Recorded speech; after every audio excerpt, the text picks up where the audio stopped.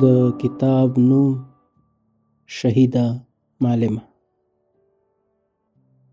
لیکوال نذیر کوټوال. غږ عمران غني صافی. د کتاب غږیزه بڼه د کتابتون یوټیوب چینل، کتابتون فیسبوک پاڼې او کتابتون ویبسایټ څخه اورئ. پیل.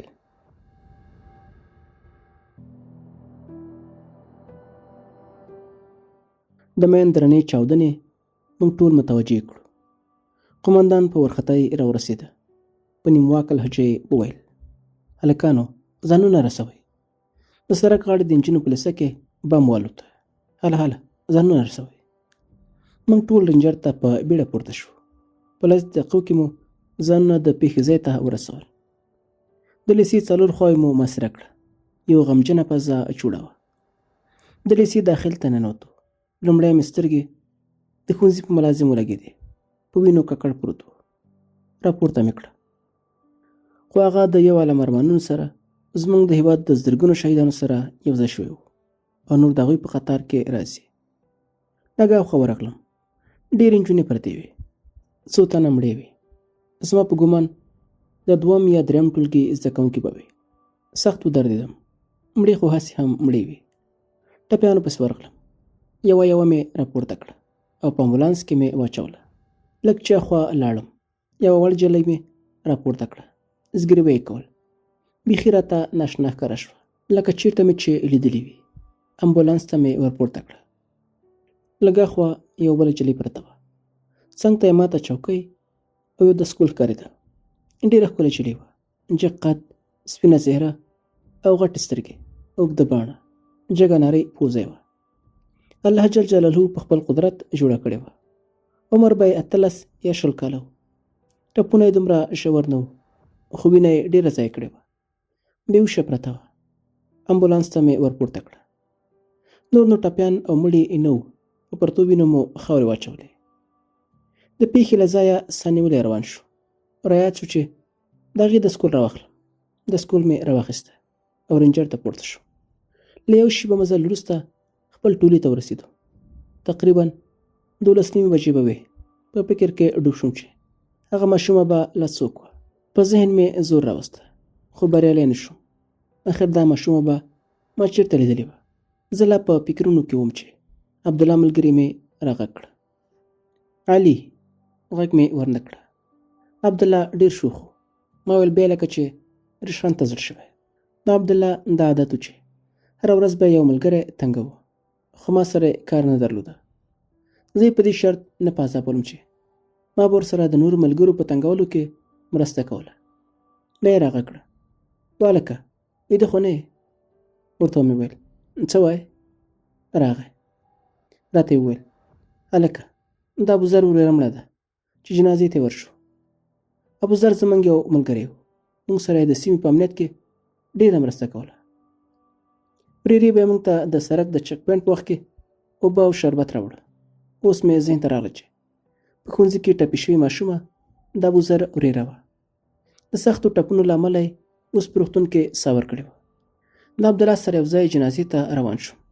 د کوچنۍ ماشومې جنازه مو وکړه. د مازدیګر د لمانځه وخت و. د یو لښتي په غاړه د اودس لپاره کېناستو. عبدالله ته مې وویل: دا کس چې چاودنه یې کړې، که په لاس راغی، زه به ورسره کوم. عبدالله راوکتل، مسکی شو. زندان ته بیلیږي، نو څه به ورسره کوې؟ نه، ځان پر زندان ته لیږم. حیران یې راولیدل. دا څه په ګډوډو سره یې؟ ومې ویل: ته خو پوهېږې چې تر څو عسکر کوم مجرم ژوندی نیولی شي باید وینه وژني. ویې ویلې: هو که نه، دا خو د عسکر مسؤلیت دی.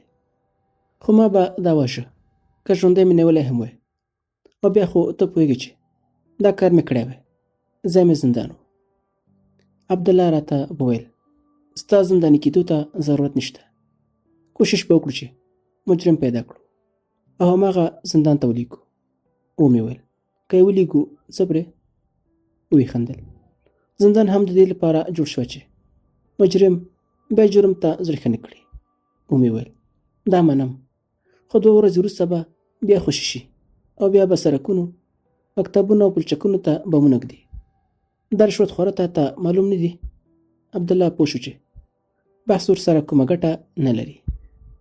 وی ویل الله جل جلاله دې هغه څه وکړي چې زموږ پکې خیر وي. راځه چې ځو. روان شو. ټولي ته په رسېدو د مازدیګر په لمانځه ودرېدو. دواړو لمونځ وکړه. عبدالله لاړ چای راوړ. زه په فکرونو کې ډوب شوم.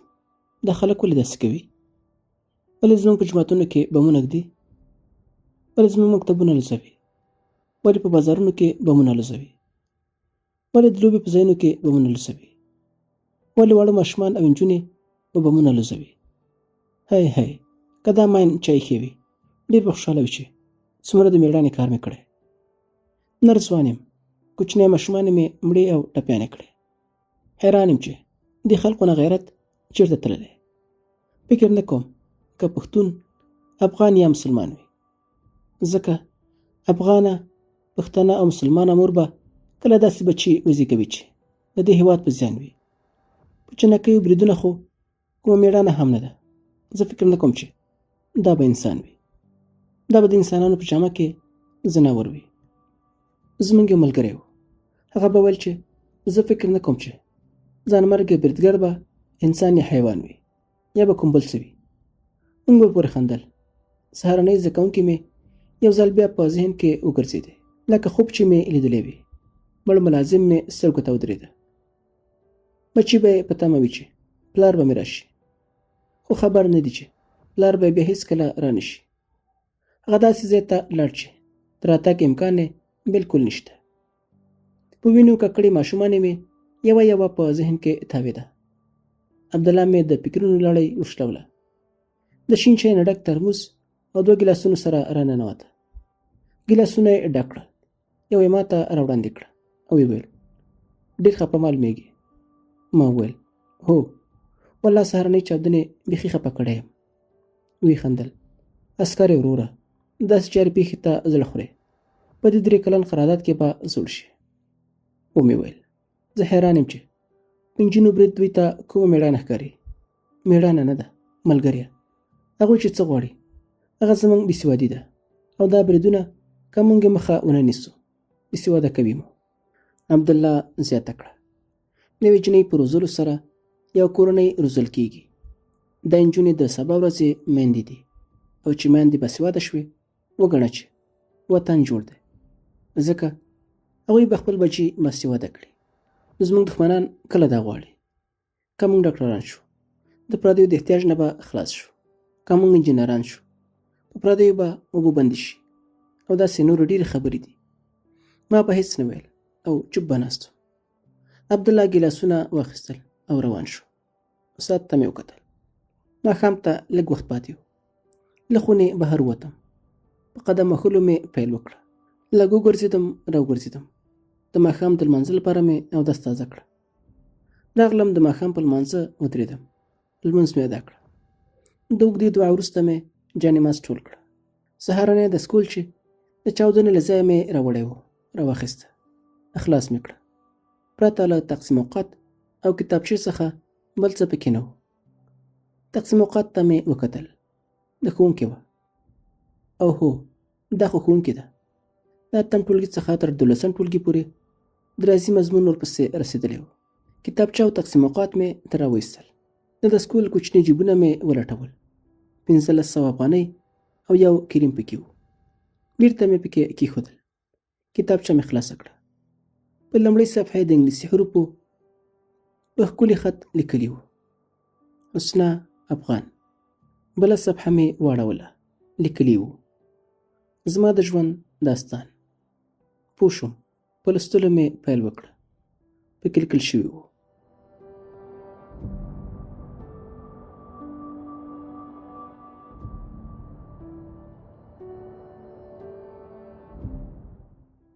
زموږ 6 کسیزه کورنۍ ډېره ښکلې وه. مور مې، پلار مې، له ما مشر ورور مې چې یوسف نومېده، زه او له ما 2 غبرګونې خور او ورور مې چې خور مې سلګۍ او ورور مې سلمان نومېده. موږ د ننګرهار ولایت په یو داسې ولسوالۍ کې وو چې ډېره ښکلې وه. زموږ کور په داسې ځای کې و چې چارپۍ ترې پټې وو. کور ته مخامخ مو یو غونډۍ وه چې بیخ کې تور سړک تیر شوی و. موږ او کاکا مو په یو کور کې اوسېدو. کاکا مې دهقاني کوله او پلار مې ډریور و. سهار به له کوره ووته او ماښام به راته. ژوند مو ډېر ښکلی و. د کور کارونه به مې مور او کاني په شریکه کول. زه، یوسف او د کاکا دوه لورګانې مې حیا او غوټۍ موږ به سهار مکتب او ماسپښین به مدرسې ته تلو. ورځې شپې تېرېدې. زه د لومړي ټولګي څخه دوهم او له دوهم څخه درېیم ته بریالی شوم. حیا او غوټۍ هم درېیم ټولګي ته بریالي شوې وې، خو په ټکي هم خبرې نه وې. خو د دوی برعکس زه اول نمره او ښه لایقه وم. یوسف هم لایقه و، خو زما په څېر اول نمره نه و. موږ به سهار ښوونځي ته تلو. پلار به مې موږ ته د خوراک لپاره پیسې راکولې چې ځان ته پرې څه واخلو. چې دا کار زما د کاکا نه خوښېده، ځکه هغه ډېر کنجوس و. خو زما پلار بیا په ماشومانو ډېر مهربانه و او په دې خاطر زما د کاکا په لورګانو هم ګران و. یو ورځ چې موږ له ښوونځي څخه راغلو، په کور کې بد حال جوړ و. حیرانه شوم چې زموږ په کور کې څه پېښه شوې ده. د خلکو ګڼه ګوڼه کې ورننوتم، مخکې ورغلم. حیرانۍ مې خوله وازه پاتې شوه. هغه څه مې ولیدل چې په خوب کې مې هم نه و لیدلي. د خپل پلار په جسد مې سترګې ولګېدې. د زغم وړ راته نه وه. پورته شوم، په ځمکه ولوېدم. یوې ښځې پورته کړم، د مور په خوا کې کېنولم. د ویر او ماتم ورځ تېره شوه. مازدیګر زما پلار خاورو ته وسپاره. د پلار د دفن وروسته خبره شوم چې پلار مې چا د موټر لپاره وژلی او موټر یې ترې وړی. لنډه دا چې زموږ د بدبختۍ د پیل همدا ورځ وه. کاکا مې په پلار پسې ښه څښاک او خیرات وکړه او خلکو ته یې ځان وښوده چې ما مې د ورور پسې د مال نه ځان خلاص کړه. خو یو میاشت وروسته یې زموږ سره چال چلند بلکل بدل شو. هر ماښام به چې کور ته راغی، زما د پلار د مړینې د خیرات خبرې به یې کولې چې د هغې د خیرات پور در باندې پاتې دی. اخر یې یو ورځ زما مور ته وویل چې ستا د سرو غړکۍ او غوږوالۍ راوړه چې خرڅ یې کړم او د مېړه د خیرات پیسې دې پرې خلاصې کړم. که څه هم مور مې په دې راضي نه وه، خو خپل ټول سرې زما کاکا ته ورکړل چې خرڅ یې کړه او پور پرې خلاص کړه. د الله جل جلاله ته معلومه وه چې زما په کاکا رښتیا قرض او که هسې موږ ته وویل. خو زما د مور د سرو زرو خرڅول هم زما د کاکا وضعیت بدل نه کړه او ورځ په ورځ موږ سره اړیکې خرابېدې. کاني چې مې زما د مور سره ډېر ښه چلند کوه، اوس پوره بدله شوې وه. د کاکا لورګانو مې ما او یوسف ته له سره د انسانانو په نظر نه کتل. موږ ته به یې ویل چې خیرات خوارو، زموږ پلار یې راوړي او تاسو یې خورئ.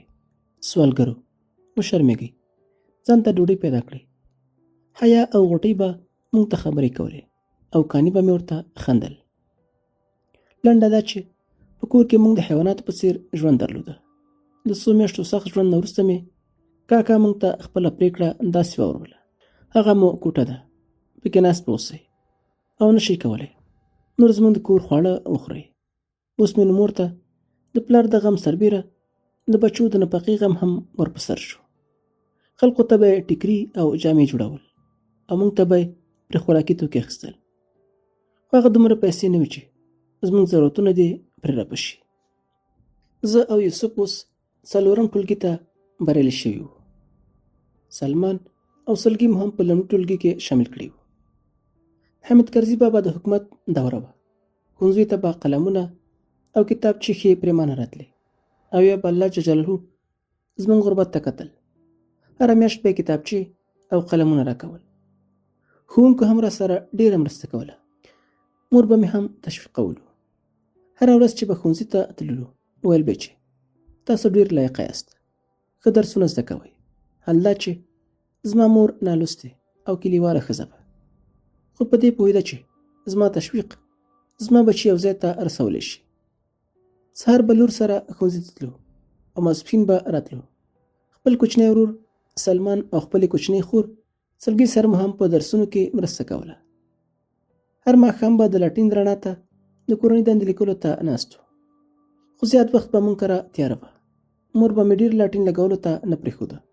وویل به چې جیل به خلاص شي، بیا به یې په څه شي اخلو. نو بیا به مو کورنۍ دندې سهار لیکلې. د ژمي په موسم کې به یخنۍ سخت ځورولو، ځکه کوټه کې به تیاره وه چې مونږ کورنۍ دنده لیکلې وی او بهر به یخنۍ ته ناسته سخته وه. سلمان او سلګي به زیاتره وخت ویل چې زموږ یخني کېږي چې په دې وجه به ترې هره ورځ کورنۍ دنده لیکل پاتې وو او مکتب کې به یې وکل خوړل چې کوم ورځ به خوب شو نو بیا به ماسپښین له مدرسې پاتې کېدل او کورنۍ دنده به یې لیکله. خو مور مې نه غوښتل چې موږ دې له مدرسې څخه پاتې شو. د ښوونکي حسنا کیسه مې تر دې ځایه ولوسته. سخته خواشینی کړم. کتابچه مې بنده کړه. پاڅېدم، ساعت ته مې وکتل. د خبرونو وخت و. په موبایل کې مې راډیو ونیوله. خبرونه مې واورېدل. ټول خبرونه داسې وو چې زما خفګان نور هم زیات کړه. له خونې راووتم. بهر هوا ډېره یخه وه. بېرته اطاق ته ننوتم. د ماخستن په لمانځه ودرېدم. لمونځ مې ادا کړه. الله جل جلاله ته مې لاسونه لپه کړه. یا ربه، نور زموږ په هېواد کې دا من ټغر خپور کړې. نور موږ له دغه غمونو بدبختیو څخه وساته. یا ربه، له نن ورځې وروسته داسې پېښه مه راوله چې موږ پرې خفه شو. په خپلې دعا مې امین وکړه او جانماز مې ټول کړه. ډېر زیات ستړی شوی وم. په خپل ځای کې اوږد وغځېدم. عبدالله ته مې ورغږ کړه: وهلکه، بېګا ته زما پر ځای پیره وکړه. عبدالله راغی. راته یې وویل: ولې هلکه؟ ورته مې وویل: تبه لرم. عبدالله ته خدای ورکړه. هلکه، په دې مکتب کې خو به دې کومه نجلۍ. نور غلی شو. ومې ویل: کومه نجلۍ؟ یعنې څه؟ یعنې کومه نجلۍ سره خو به دې اړیکه نه لرله، د دې لپاره چې زموږ ورېندار شي. ومې ویل: یاره، تر اوسه دې ورور دا ښوونځی لیدلی هم نه و. نن اوله ورځ وه چې زما دې ښوونځي ته پام شو. په دې وخت کې عبدالله ته بهر کوم هلک غږ وکړه. په دروازه چې ووته، ویې ویل: هلکه، بېغمه شه، ستا پر ځای پیره کوم. زما هم ډېره یخني کېدله. کمپله مې په سر راکش کړه. تر سهاره په ځان نه وم پوه شوی. د موبایل د ساعت زنګ د سهار لمانځه ته راویښ کړم. د سهار د لمانځه څخه وروسته ووتم. تومخانې ته لاړم. چای مې وڅښه. د تومخانې څخه راووتم. د کور سره مې اړیکه ونیوله. موبایل مې کوچنی ورور اوکې کړه. د کور احوال مې ترې واخیسته. د مور پوښتنه مې ترې وکړه. بهر چېرته وتلې وه؟ د خویندو پوښتنه مې وکړه. مکتب ته تللې وې. موبایل مې قطع کړه. د خویندو پوښتنه مې وکړه. مکتب ته تللې وې. موبایل مې قطع کړه. د خویندو د مکتب د تګ خبرې راته د تېرې ورځې د مکتب چاودنه رایاده کړه. د کوچنۍ ماشومانو مړینه، د ملازم مرګ او د ښوونکي حسنا کیسې خو بیخي بل ډول کړی و. اطاق ته ننوتم. یو ځل بیا مې د ښوونکي حسنا کتابچه راواخیسته او په لوستلو مې پیل وکړه. مور چې به مې د ټیکریو په جوړولو کې کومې پیسې ګټلې، ډېرې کمې وې. نور څه پرې نه کېدل. مور مې غوره ګڼله چې په خپلو ګټلو شویو پیسو وریجې واخلي. هر ورځ به مو پخولې. یو ورځ چې موږ له مکتب څخه راغلو، سلمان ډوډۍ غوښته. مور مې ورته وویل: زویه، ډوډۍ خو نشته، وریجې مو پخ کړي دي، درته به یې واچوم. خو سلمان په ژړا شروع وکړه: دا نه خورم، ما ته ډوډۍ. خو سلمان په ژړا شروع وکړه: دا نه خورم، ما ته ډوډۍ. خو ډوډۍ چېرته وه؟ تر مازدیګره یې وژړل. اخر مازدیګر مې مور دې ته راضي کړه چې وریجې وخوري. سلمان هم ملامت نه و. هره ورځ وریجې، هغه هم جوش شوې. غوړي، پیاز، رومیان او نور شیان موږ کره نه وو. مور به مې وریجې په اوبو کې واچولې او اور به یې ورپسې بل کړه. د هغه وخت و چې زه له 4 ټولګي څخه 5 ټولګي ته بریالی شوی و او یوسف هم 5 ټولګي ته بریالی شوی و. سر معلم ټول شاګردان د ښوونځي په انګړ کې راغونډ کړه. وینا یې شروع کړه او ویې ویل چې راتلونکې شنبه باید ټول زده کوونکي تورې جامې او سپین ټیکري ولري، که نه ښوونځي ته به راتلو اجازه نه ورکول کېږي. ملازم به په دروازه کې درېږي او څوک چې په بدل لباس یې مکتب ته داخلېږي له دروازې به یې شړي. د سرښوونکي دې خبرې سخته خفه کړم. له ډېرو فکرونو او سوچونو سره د ښوونځي له انګړه د سیند په لور روانه شوم. لومړی ساعت د سرښوونکي خبرو دوام کړی و. دویم ساعت ته مو ریاضي وه. ښوونکی راغی. څو مثالونه یې حل کړه. بیا یې یوه زده کوونکې تختې ته پورته کړه. خو زما بلکل فکر نه و. زه د خپلو جامو په فکر کې وم. ښوونکي چې زه ولیدم چې تختې ته نه ګورم، پورته یې کړم. تختې ته یې پورته کړلم. پوښتنه یې رانه وکړه. ومې لیکله. په حل کولو یې ونه توانېدم. د ریاضي استادان خو ټول هسې هم غوسه ناک وي. خو زموږ استاد بیا بل رقم غوسه لرله. داسې څپېړه یې راکړه چې په سر یې راته درد کړه. ښوونکي راته څه نورې بدې خبرې هم وکړې. 2 سواله کورنۍ دنده یې راکړه او ووته. سخت خپل ټولګیوالو ته خجالته شوم، ځکه د ټولګي اول نمره زده کوونکي چې یو سوال حل نه کړي ډېر د شرم خبره ده. له هماغه ورځې مې ریاضي ته ملا وتړله چې اوس یې هم ښوونکی یم. دریم ساعت د پښتو مضمون و. د پښتو مضمون اسانه و. ټول زده کوونکي به ورته خوشحاله وي. ښوونکي پر ما غږ وکړه. حسنه، درس شروع کړه. درس مې ولوست. ښوونکي پکې ښه تشریح ورکړه. ښوونکی لا ناست نه و چې د تفریح زنګ ووهل شو. د ښوونکي له وتو سره سم ټول زده کوونکي په منډه ووتې. زه یوازې په ټولګي کې پاتې شوم. په فکر کې شوم زه به ستوري جامې په څه اخلم. زما مور سره دومره پیسې نشته. هغه خو په خپلو ګټلو پیسو دومره څه اخیستلی شي چې موږ په دې ژوندي وساتي.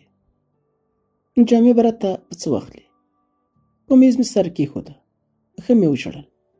زړه مې غوښتل چې دومره په زوره زوره وشړم چې ټول د ښوونځي ښوونکي او زده کوونکي راته ودرېږي او زما له حال څخه خبر شي.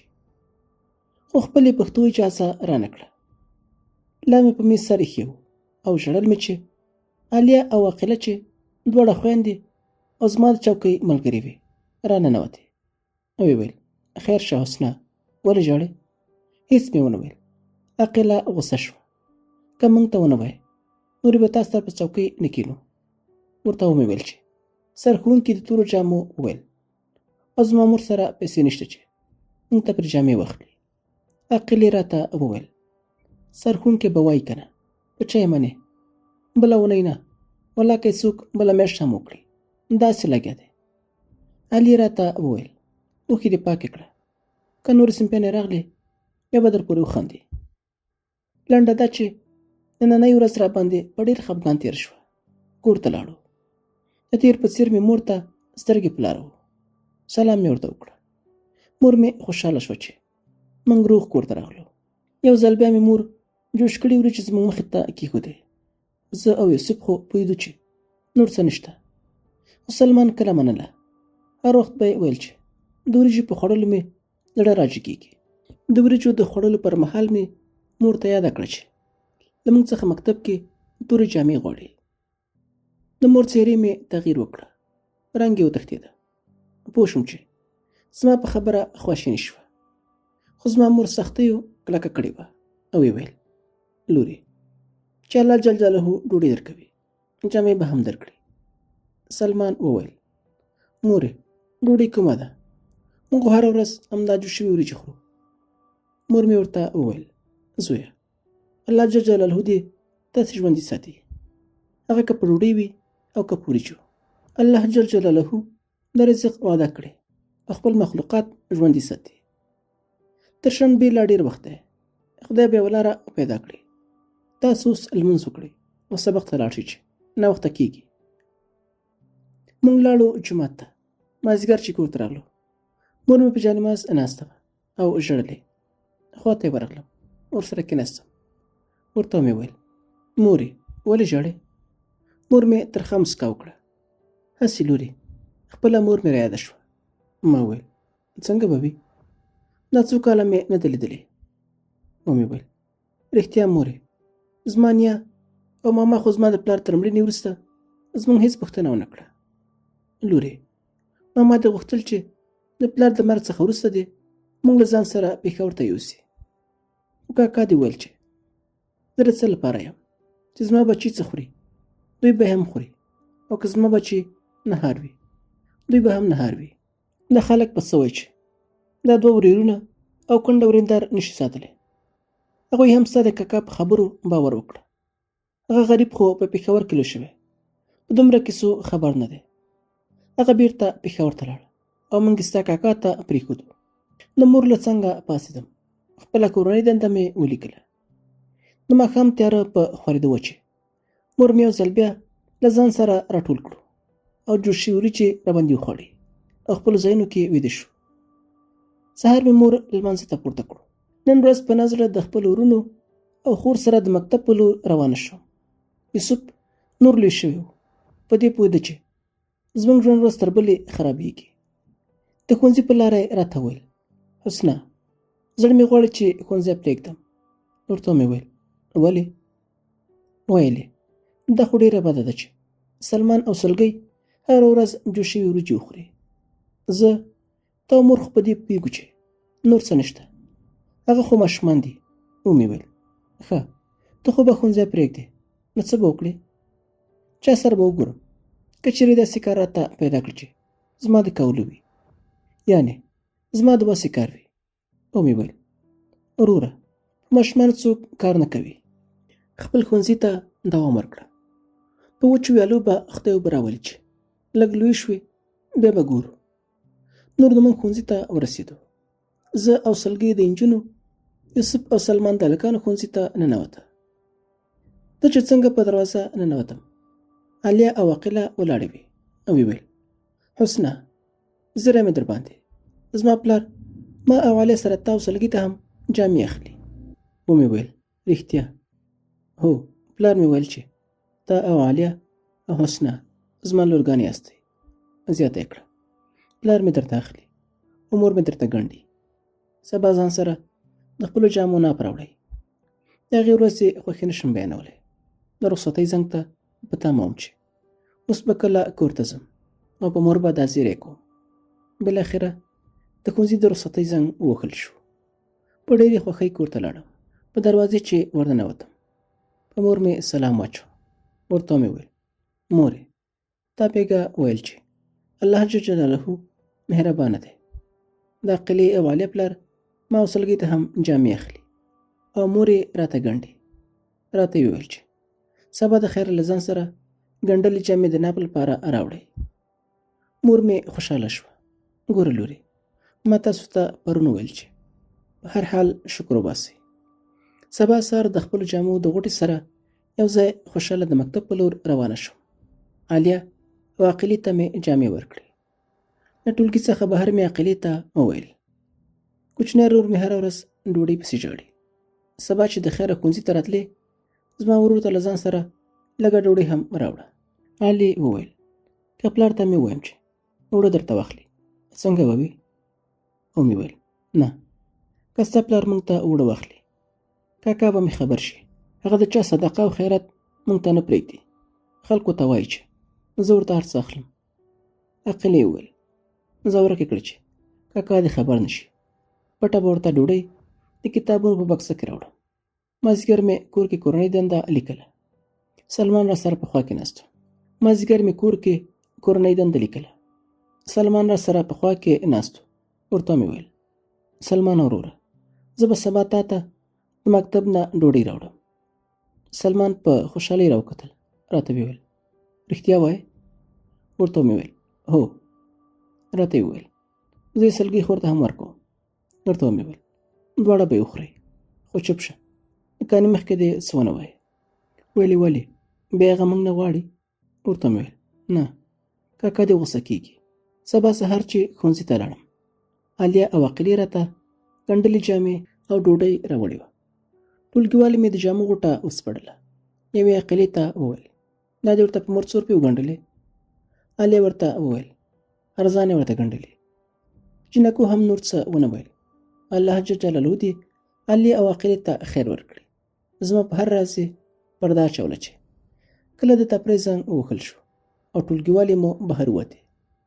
ډوډۍ زما په بکسه کې کېښوده. نرسواندې مور یې ورته 4 ډوډۍ په غوړو کې پخ کړې وې. نن ورځ د یو عالم خوشحالیو سره د خپلو او سلګیو ګنډلو جامو او د سلمان ډوډۍ سره یو ځای د کور په لور روانه شوم. کور ته چې ورسېدم سلمان لا له ښوونځي څخه نه و راغلی.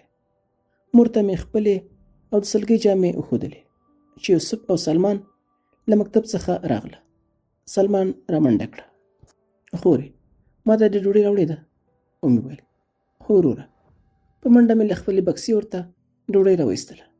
سلمان د ډوډۍ په لیدلو د خوشحالۍ نه ټوپونه ووهل. ملامت نه و. موږ دا ډېر وخت ډوډۍ نه وه خوړلې. همدا وریجې مو پخولې. نو تاسې ووایئ چې کله یو ماشوم دومره صبر کوي. مور مې چې د سلمان ډوډۍ ته خوشحالي ولیده ډېر یې وژړل. ورځې شپې تېرې دي. زه اووم ټولګي ته ورسېدم. نور مې نو کاکا اجازه نه راکوله چې ښوونځي ته لاړ شم. ډېرې زارۍ مې ورته وکړې خو کاکا مې نه پرېښودم. سخت مې ورته زړه ډک و. په چیغو چیغو مې وژړل. خو بې رحمه کاکا مې ما ویل چې دا جلۍ به د مکتب سره ورانېږي. وګوره لکه چې کوم څوک یې خوښ کړی دی. ما اول سر نه دا پېژندله. زما د وړوکوالي نه دا جلۍ خوښه نه وه. که چا په مکتب پسې دومره ژړلي خدای خبر څه خبره ده. ولا که رانه لاړه شي او نه په دې رانه مکتب نشته داسې چکر لپاره سي نه یې پرېږدم چې پکړې کې راته ګلان کېږدي. یوه اونۍ ښوونځي ته لاړه نه شوم. عالیه او عاقلي او نورو ټولګیوالو مې راپسې ځوابونه رالېږل خو ما ورته ویل چې کاکا مې اجازه نه راکوي. یوه اونۍ راباندې لکه یو کال تېره شوه. ماسپښین په انګړ کې په فکر کې ولاړ وم چې کاکا مې ولې له ښوونځي څخه منع کوي. اخر ولې زما راتلونکی د خاورو سره خاورې کوي. په همدې فکرونو کې وم چې د دروازې د زنځیر ټک ټک مې د فکرونو لړۍ وشلوله. یوسف پاڅېده. دروازې ته ورغی. د دروازې د خلاصولو سره یې چیغې کړې چې حسنا ماما راغی. ورمنډه مې کړه. ماما ته مې کلکه غاړه ورکړه. په چیغو مې وژړل. ماما مې د کور د احوال پوښتنه وکړه. ما ته یې مخ راواړاوه. خورځې سکول ته ځې او که نه؟ نه ماما دا یوه اونۍ کېږي چې کاکا مې ښوونځي ته د تګ اجازه نه راکوي. ډېره خفه یم. وایم چې څه به کېږي. تاسو چې زما د پلار له مړینې وروسته زموږ له کوره ووتی بیا مو زموږ پوښتنه هم ونه کړه. دا دی زما د پلار د مرګ 4 کاله کېږي. ماما مې وویل ګوره خورځې هر وخت به مې کاکا ته ستا رنګ کوه. ستاسو تپوس به مې ترې کوه. ویل به چې ټول ښه دي. د ټلیفون به مې چې ورته وویل چې خور ته مې ورکړه. ویل به بهر یمه. مور مې ورته د کاکا ټول ظلمونه وویل تر دې ورځې پورې چې زمې کاکا له مکتب څخه منع کړی و. ماما مې وویل ټول خبرو تپوس به ترې کوم. پاڅېده. زما کاکا ته یې ورغږ کړه. کاکا مې له خپلې کوټې راووته. ماما مې پسې ورمنډه کړه خو مور مې ما حیا او غوټۍ مخه ونیوله. کاکا مې چې خجالت و هېڅ غبرګون یې ونه ښوده. ماما مې سبا سهار زه سلمان او سلګۍ ښوونځي ته ولیږلو او یوسف ځان سره کور کې پاتې کړه. مکتب کې مې ملګرې عالیه او عاقله او سیمپیانې زما په لیدو ډېرې خوشحاله وې. ماسپښین چې کور ته راغلو په انګړ کې غټ دیوال جګ کړی و. ماما مې د څو تنه کلیوالو سره د دیوال په جوړولو بوخت و. اوس نو زموږ کور له کاکا څخه مې بیل شو. ماما مې د کور ټوله سودا راوړه او د څو شپو وروسته د پېښور لار ونیوه. اوس نو ما کولی شو چې په آزاد ډول ښوونځي ته لاړه شم. ماما به مې هره میاشت زموږ کور ته راته او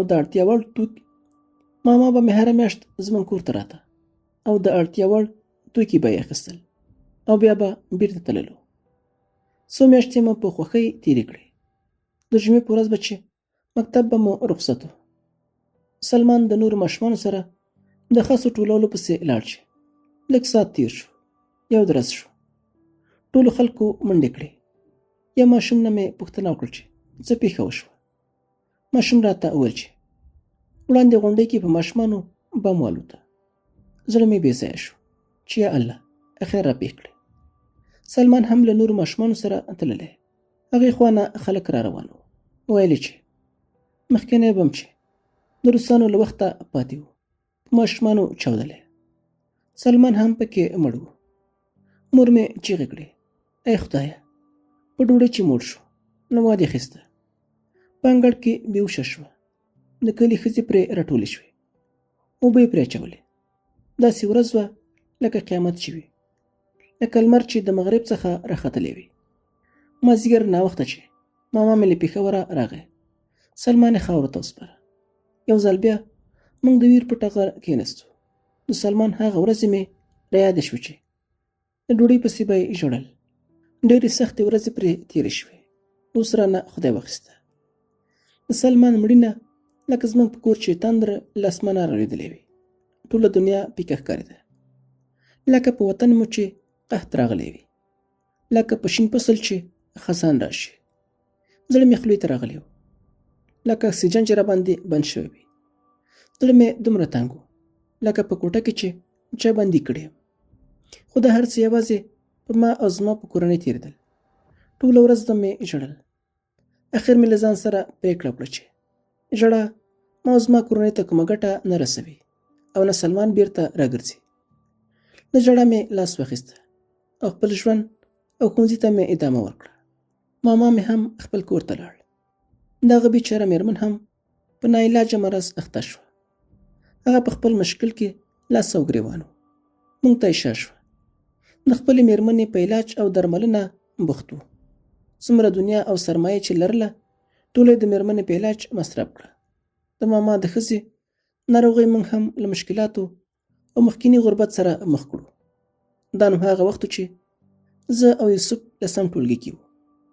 یو ورځ یوسف راغی، په خوا کې مې کېناسته او راته یې وویل،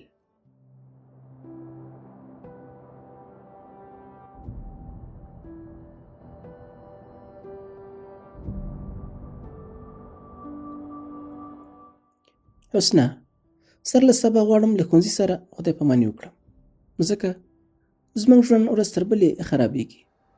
تاسو سلګۍ ښوونځي ته ځئ او زه به مزدوري ته مخه کړم.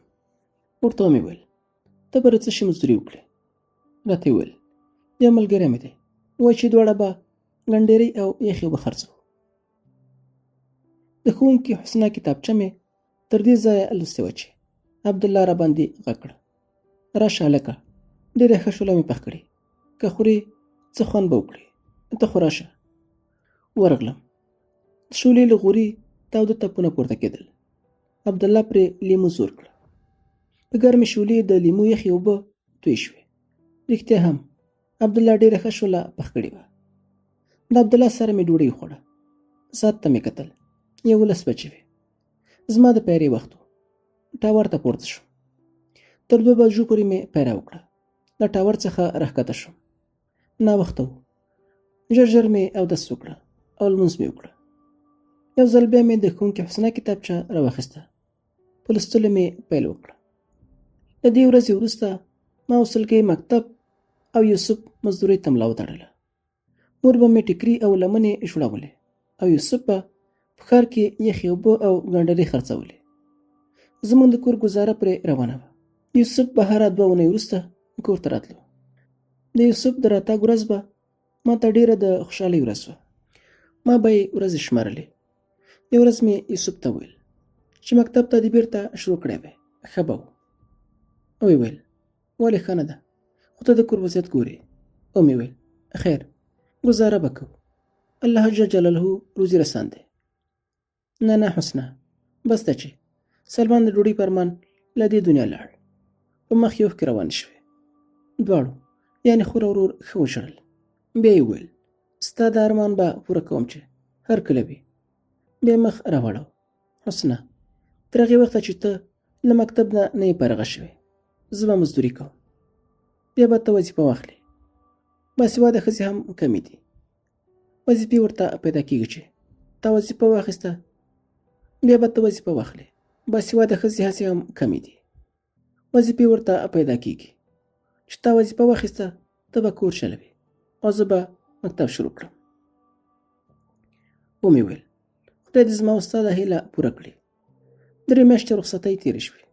زه له 11 ټولګي څخه 12 ټولګي ته بریالی شوم. وروستی کال مې و چې له مکتبه په خیر فارغه شم. خواري او کوشش مې 1 په 2 کړی و. شپه ورځ به مې درسونه ویل.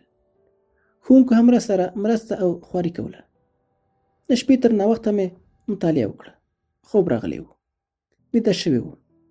خوب مې ولید چې لاسونه او پښې مې غوڅې شوې وې. ورخطا له خوبه پاڅېدم. خپلو لاسونو او پښو ته مې وکتل. روغ او جوړ و. د خپل خوب په تعبیر پوه نه شوم. ډېره خفه شوم. له خواشینۍ نه تر سهاره خوب رانغی. تر سهاره همداسې ویښه وم. د سهار د لمانځه وروسته مې خوب خپلې مور ته ووایه. مور مې وویل خیر دی لورې، داسې وسوسې وي. ښه مې په یاد دی 1994 کال د حمل میاشت وه. زموږ کور ته مخامخ خړه غونډۍ تکه شنه وه. زموږ د کور شاوخوا پټي ټول شنه وو. زه د بې شماره سوچونو او فکرونو سره مکتب ته روان وم. نه پوهېږم چې ولې خفه وم. د ښوونځي په انګړ چې ورننوتم، د نارنجګل خوشبو مې پوزه وتخنوله. د کاپرۍ نغمې هغه سندره مې ذهن ته راغله چې وایي زار زار ګل د نارنج د ننګرهار. ننګرهار همیشه بهار وي، خو په سرلی کې د جنت سره تشبیه کېدی شي. یوه ټولګیواله مې راتله.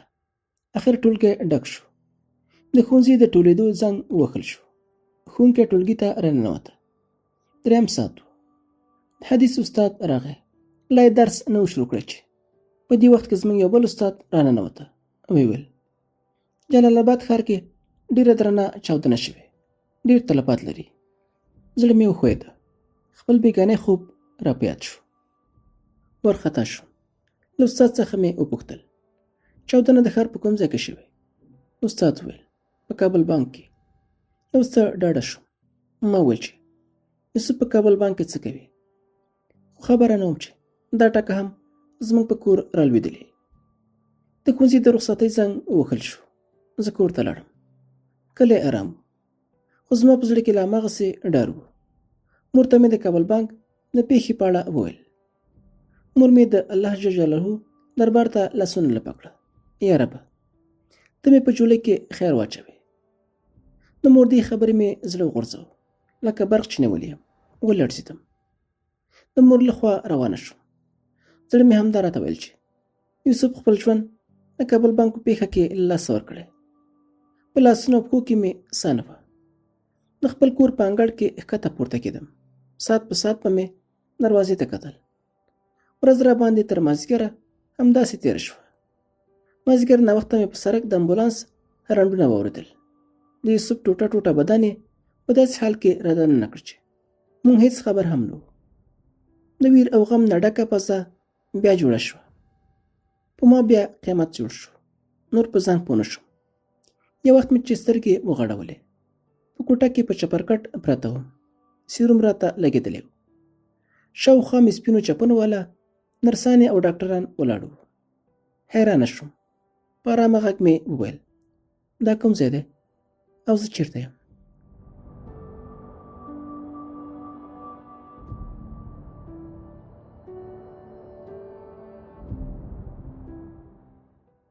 یو ډاکټر چې ځوان هلک و، وچ کلک سپینه قواره او تنګې سترګې لرلې، په مهربانه او خوږه لهجه یې راته وویل خور جانې ته په روغتون کې اوس به د خیره ښه شې او خپل کور ته به لاړه شې.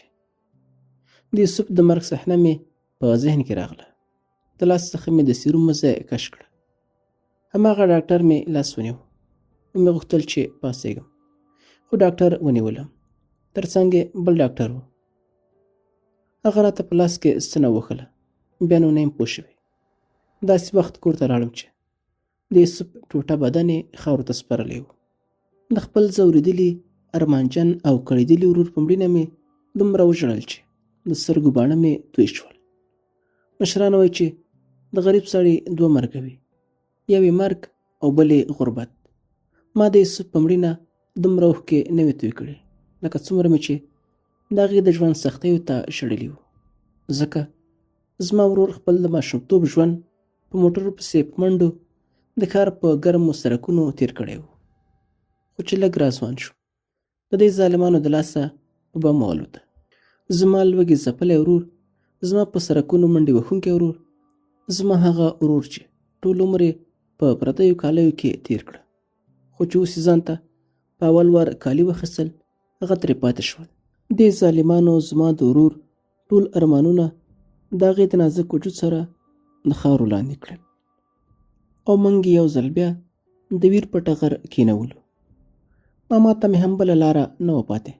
خپله کډه یې را په سر کړه او زموږ سره په کور کې استوګنه غوره کړه.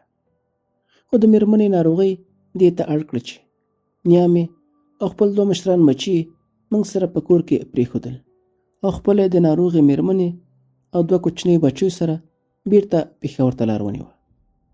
2 میاشتې ښوونځي ته لاړه نه شو. مور به مې هره ورځ راته ویل چې ښوونځي ته لاړه شه، خو ما کې هېڅ زور نه و پاتې.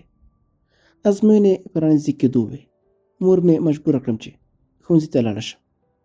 فکر مې کوو چې محرومه به اوسم، خو د استادانو دې کور آباد وي. پوره همکاري راسره کړې وه. دا زیری را باندې عقل یې په خپل کور کې کړی و چې محرومه نه یم. سهار وختي په نزله مې ځان اماده کړه او د ښوونځي په لور روانه شو. ښوونځي ته لږ ناوخته ورسېدم. ټولې ټولګیوالې مې راغلې وې. تر ټولو وروستی زه وم. ټولګیوالې مې ستړې مشي ته راپورته شوې. یوه راغاړې وته او دومره په چیغو مې وشړل چې د لیسې ټولو زده کوونکي او استادان راټول شول. د پښتو استاد چې ډېر مهربانه استاد و، په غېږ کې ونیولم. تسلي یې راکړه. ویې ویل هر نفس د مرګ څکونکی دی. ته د خپلې مور او کوچنۍ خور لپاره ژوند وکړه. هڅه او کوشش وکړه. درس دې ووایه.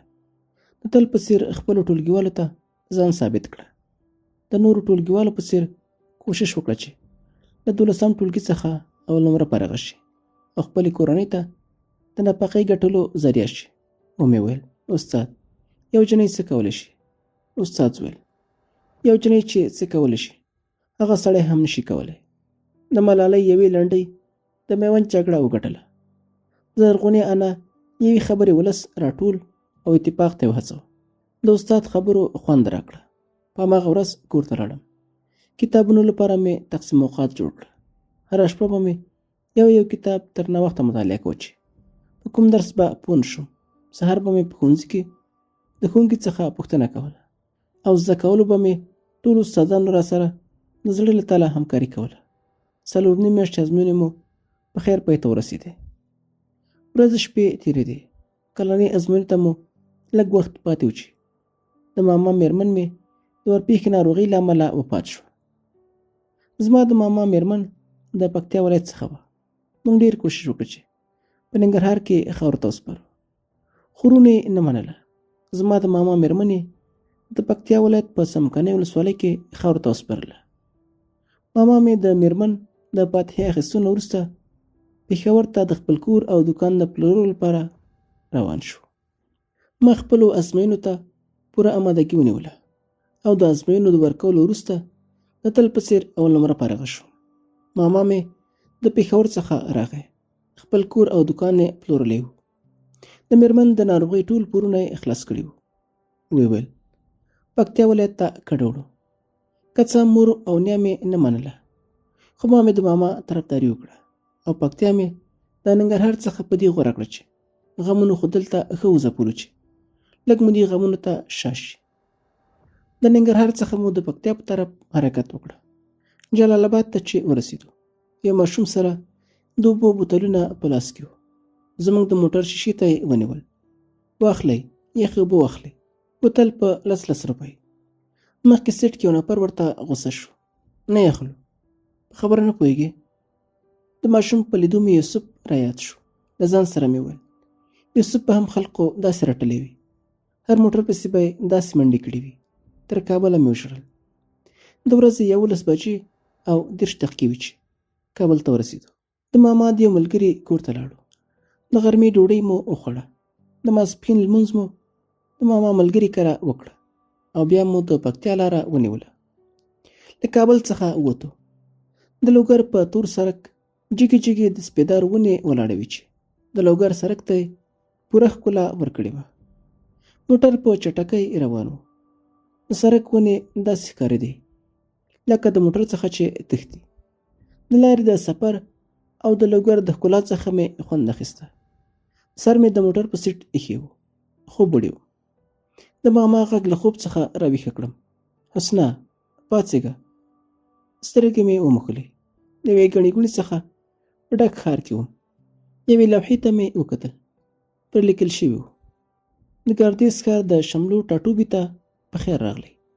پوه شوم چې د پکتیا ولایت مرکز ګردیز ښار ته رسېدلي یو.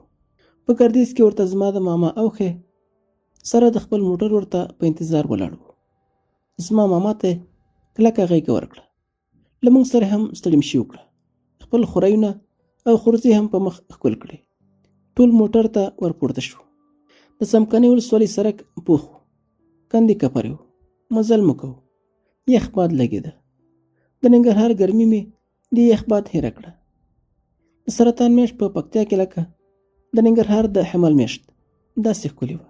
د الله جل جلاله کارونو ته حیرانه شوم چې یوازې 2 ولایتونه وړاندې هوا څومره ګرمه وه او دلته هوا څومره یخه ده. د خپلې ګرانې خوږې او د رازونو ملګرې عقلي خبره رایاده شوه چې ویل به یې د خدای په کارونو او د بجلۍ په تارونو کې ګوتې مه وهه. د موټر ګړز مې د سړک کندې ته فکر کړ چې موټر ترې په سخته ووته. ماما مې اوښي ته مخ ور واړاوه. د سړکونو کار ډېر بې کیفیته دی. دا خو اوس جوړ شوی او دومره کندې کپره شوی. اوښي خپل ویښته له مخ څخه پورته کړل او ویې ویل: نه لاله، د سړکونو کار دومره خراب نه دی شوی. دا بامونو خراب کړی. دا مسلمانان خو د جوړولو نه دي. د نورو په لمسونې ورانولو ته تکړه دي. دا فکر ورسره نشته چې د دې زیان چاته رسېږي. خدای دې مریض نه پیدا کوي. که نه چې په دې سره کې ګردیز سره سوی نو د دې کنډو کپرو د لاسه به مړ شوی وي. په دې وخت کې مې پرې نیا ورغږ کړه: وزویه، دا لار څومره اوږده شوه؟ بس تر ورې راورسېدو. په دې سړک ورکوزېږو.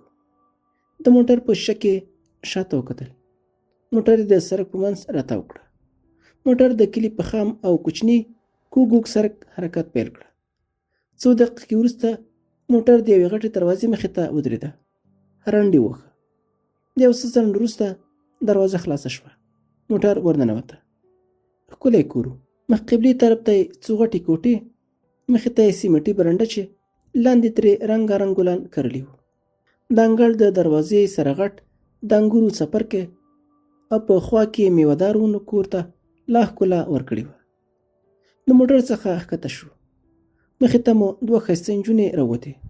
لومړی زما نیا او مور سره او بیا یې ما سره کلکه ستړي وکړه. خپل خوریا او خورځې په غېږ کې ونیولې، ښکلې کړلې. تر هغې وروسته یې مور راغله. له موږ ټولو سره روغبړ وکړه. په دې کور کې زما د ماما خواښې 2 ښځینې او 2 اوښیګان اوسېدل. نوره کورنۍ په سعودي عربستان کې اوسېده. د ماما ښځینې مې راته وویل چې د پلار یې 2 ورونه او 2 ورېندارانې په سعودي کې مسافر دي او دوی هم میاشت نیمه کې پسې ورځي. یوازې تاسې ته انتظار و چې راشي. ورور مې ورته ویزې رالېږلې دي. 3 اونۍ وروسته مې د ماما د خسر کورنۍ د سعودي په لور روانه شوه او خپل کور یې سره د خپل موټر موږ ته پرېښودل.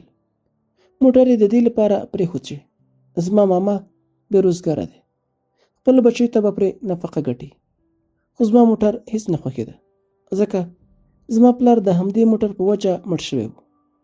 څو ځل مې ماما ته ویل چې د دې موټر چلولو څخه تېر شه، کوم بل کار ځان ته وګوره. خو ماما مې نه منله. تقریبا 2 میاشتې به مو پکتیا کې شوې وې چې ماما مې د څمکنیو د لوړې په ساحه کې د طالبانو او امنیتي ځواکونو په جګړه کې په سر سخت ټپي شو. د څه وخت وروسته یې ټپونه ښه شول، خو اعصاب یې له لاسه ورکړه. په ښه او بد نه پوهېده. اوس نو د مور او خور غم سربیره ماته د ماما بچي هم را په غاړه شول. فکر مې وکړ چې باید د دندې په لټه کې شم. یو چا راته وویل چې ستاسو د کور نږدې د جنکیو په لیسه کې ښځینه ښوونکو ته ضرورت دی. راتلونکې دوشنبه ترې ازموینه اخلي. که غواړې چې امتحان ورکړې نو ورشه. دوشنبه د خپلو اسنادو او تذکیرې سره یو ځای د لیسې په دروازه داخل شو. 6 تنه نورې جنکۍ هم ناستې وې. ځان مې ورته معرفي کړه. 10 دقیقې مو نور هم انتظار وکړه. د لیسې سرښوونکی د 3 تنو نورو ځوانانو سره یو ځای رادننه شول. خبرې یې پیل کړې. زه نن ډېر خوشحاله یم چې زموږ په ولایت کې زموږ خپلې لورګانې له موږ سره په یوه اداره کې اوږه په اوږه کار کوي. زه په تاسو ټول باندې ویاړم او ستاسې له کورنۍ څخه مننه کوم چې تاسو ته یې د دې اجازه درکړه چې د ایران ویجاړ هېواد ته خدمت وکړئ. خپل لاسي ساعت ته یې وکتل. ویې ویل ناوخته کېږي. په څنګ کې ولاړ کس ته یې اشاره وکړه. دا به له تاسو څخه امتحان واخلي. سرښوونکی له ادارې څخه ووته. هماغه کس رانږدې شو. ځان یې معرفي کړه. زما نوم محمد دی.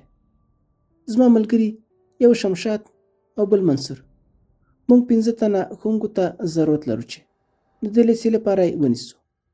خو لومړیتوب هغه ښوونکو ته ورکوو چې په ریاضي وپوهېږي. ما یې خبرو ته غوږ نیولی و. هېڅ مې ورنه کتل چې خبرې ختمې شوې. پر ما یې غږ وکړه. تذکره او 3 کلنې نمرې دې راکړه. د سکول ځنځیر مې کش کړه. تذکره او 3 کلنې نمرې مې ورکړې. راویې کتل. مکتب دې په ننګرهار کې لوستی؟ ومې ویل هو. نمرو ته یې وکتل. ویې پوښتل څوم نمره په رغه شوې؟ ومې ویل اول نمره په رغه شوې. په خندا شو. ویلې سرښوونکی یا مدیر خو به دې خپلوان نه و؟ ومې ویل نه. په خندا یې ویل ټوکه مې کوله. اول نمرګي په خپلوۍ نه، په لیاقت ده. هر څومره سرښوونکی یا مدیر د چا خپل وي چې لیاقت ونه لري اول نمرګي نشي کولی. موږ ته یې راوکتل. ویې ویل که څنګه؟ د تایید سر مو وخوځاوه. د خپل ملګري شمشاد څخه د سوالونو غوښتنه وکړه. هغې د خپلې دوسیې څخه څو کاغذونه ورکړه. د 10 پوښتنو څخه یوازې 4 د ریاضي وې چې ما پکې هېڅ مشکل نه درلوده. تر ټولو مخکې مې پرچه حل کړه او د لیسې څخه کور ته لاړم. 2 اونۍ وروسته مو د ازموینې نتیجه راغله. زه د 4 نورو جناکیو سره بریالی شوی وم. سرښوونکي راته سپارښتنه وکړه چې د 8م ټولګي څخه تر 12م ټولګي پورې ټولو صنفونو ته به د ریاضي درس ورکوي. ورسره مې ومنله او ډاډ مې ورکړ چې څومره انرژي په ما کې وي د دې هېواد په خدمت کې مصرفوم. سرښوونکي حاضري راوړاندې کړه چې امضا یې کړه. د قلم څخه مې سر لرې کړه. د حاضرۍ لومړۍ خانه مې امضا کوله چې د یوسف خبره را په یاد شوه چې راته ویلي وو حسنه چې ته وظیفه واخلې بیا به ستا ارمان پوره کوم. ته به پیسې ګټې او زه به زده کړې کوم. خو افسوس چې دا هیله یوسف له ځان سره ګوته یوړه. د سترګو مې اوښکې روانې شوې. سرښوونکي راوکتل خو څه یې ونه ویل. حاضري مې د سرښوونکي په میز کېښوده او ادارې څخه راووتم. له همدې ورځې وروسته مې خپل ځان د خپل مور یا کوچنۍ خور د خپل رنځور ماما او د هغې د بچو مسؤل وګڼه. له ځان سره مې وویل چې د خپل قلم په زور به دوی هر ډول خدمت کوم. د ښوونکي حسنه د ژوند داستان همدومره و چې ومې لوسته. کتابچه مې بنده کړه. په دې فکر کې شوم چې دا جنۍ به اوس مړه وي او که ژوندی. عبدالله ته مې ورغږ کړه. راغی. د ښوونکي حسنه ټوله کیسه مې ورته وکړه. عبدالله راته ویل ما او تا باید اوس څه وکړو؟ ومې ویل زه او ته باید معلومه کړو چې دا جنۍ مړه ده او که ژوندی. عبدالله راته ویل چې دا معلومات به څنګه کوو او له چا څخه یې ترلاسه کړو؟ ومې ویل نه پوهېږم. عبدالله وویل فکر به پرې وکړو چې څنګه د دې جنۍ د ژوند او مرګ معلومات وکړو. سبا عبدالله وظیفې ته لاړ. په ډنډ پټان کې عملیات و. 1 اونۍ وروسته چې عبدالله راغی راته ویل هلکه فکر مې وکړ چې د جنۍ د مرګ او ژوند پته څنګه ولګو؟ ومې ویل څنګه؟ که فکر دې کړی وي. ویل ما او تا باید د لیسې د سرښوونکي څخه پوښتنه وکړو. وبوایي چې دا جنۍ تاسې څه پېژنئ او څه اړیکه ورسره لرئ. عبدالله راته وویل ته په ما پسې راځه نور زما کار دی. عبدالله سره یو ځای د لیسې په لور روان شو. د لیسې دروازې ته ورسېدو. هېڅ داسې فکر نه کېده چې دلته دې څو ورځې وړاندې کومه پېښه شوې وي. د لیسې په دروازې کې د پخواني ملازم پر ځای یو بل ملازم ولاړ و. ورته مو ویل چې غواړو د لیسې د سرښوونکي سره وګورو. ملازم لاړ. 15 دقیقې وروسته بیرته راغی. موږ له ځان سره د ښوونځي ادارې ته روان کړو. ادارې ته چې وردننه شو سلام مو وکړه. یو سپین ږیری سړی د میز سره په پرتې چوکۍ ناست و. راپورته شو. له موږ سره یې روغبړ وکړه. ولاړ ملازم ته اشاره وکړه. هغه لاړ. سرښوونکي په خپله سپینه ږیره لاس تېر کړه او ویې ښه بچو، تاسو غوښتل چې له ما سره وګورئ، خو ما ونه پېژندئ. عبدالله په چوکۍ کې یو پښه په بله اړولې وه. څنګل یې په میز کېښوده. استاد محترم، زما نوم عبدالله دی او دا ملګری مې علي نومیږي. موږ دواړه په امنیتي ځواکونو کې دنده لرو. غواړو چې څو ورځې وړاندې دلته کومه چاودنه شوې د هغې د مړو او ټپیانو شمېر معلوم کړو، ځکه موږ یې د عاملینو په نیولو پسې ګرځو. سرښوونکی په چوکۍ کې رانیغ شو تر څو چې موږ ته ځواب راکاوه. ملازم د چایو د پتنوس سره راننوته. ګیلاسونه یې ډک کړه او بیرته ژر ووته. ښوونکي عبدالله ته وکتل او ویې ویل ښه بچیه، تا پوښتنه وکړه. په هغې چاودنه کې زموږ 23 تنه زده کوونکو ته مرګ ژوبله اوښتې وه چې 10 تنه شهیدانې او 14 تنه ټپیانې وې. عبدالله په ویښتو کې ګوتې تېرې کړې او ویې ویل ښه استاد محترم، نور چاته خو به پکې زیان نه وي اوښتی؟ ښوونکو، ملازمانو یا مدیر ته؟ ولې نه، یو ملازم او یو ښوونکي پکې هم شهیدان شوي وو. عبدالله د چای څخه ګوټ وکړه او ویې ویل کولی شي چې د شهید ملازم او شهید او ټپي شوي ښوونکي نومونه واخلې؟ هو، ملازم اباسین نومېده چې په لیسه کې په کاکا مشهور و، او ټپي ښوونکي مریم نومېده چې اوس بیرته ښه شوې، او شهید ښوونکي حسنا نومېده. عبدالله ته مې وکتل. د څهرې څخه معلومېده چې د حسنا په مړینه خفه شو. د سرښوونکي څخه مې مننه وکړه. د خدای پامانۍ لپاره مې لاس ور اوږد کړ. د ادارې څخه راووتم. دومره خفه وم لکه د خپل کور کوم غړی چې مې د لاسه ورکړی وي. د برنډې په زینو چې راښکته کېدم، د ښوونکي حسنا کورنۍ مې سترګو ته ودرېده چې اوس به په څه حال وي. یوه سرپرسته یې لرله، هغه ترې هم الله جل جلاله واخیسته.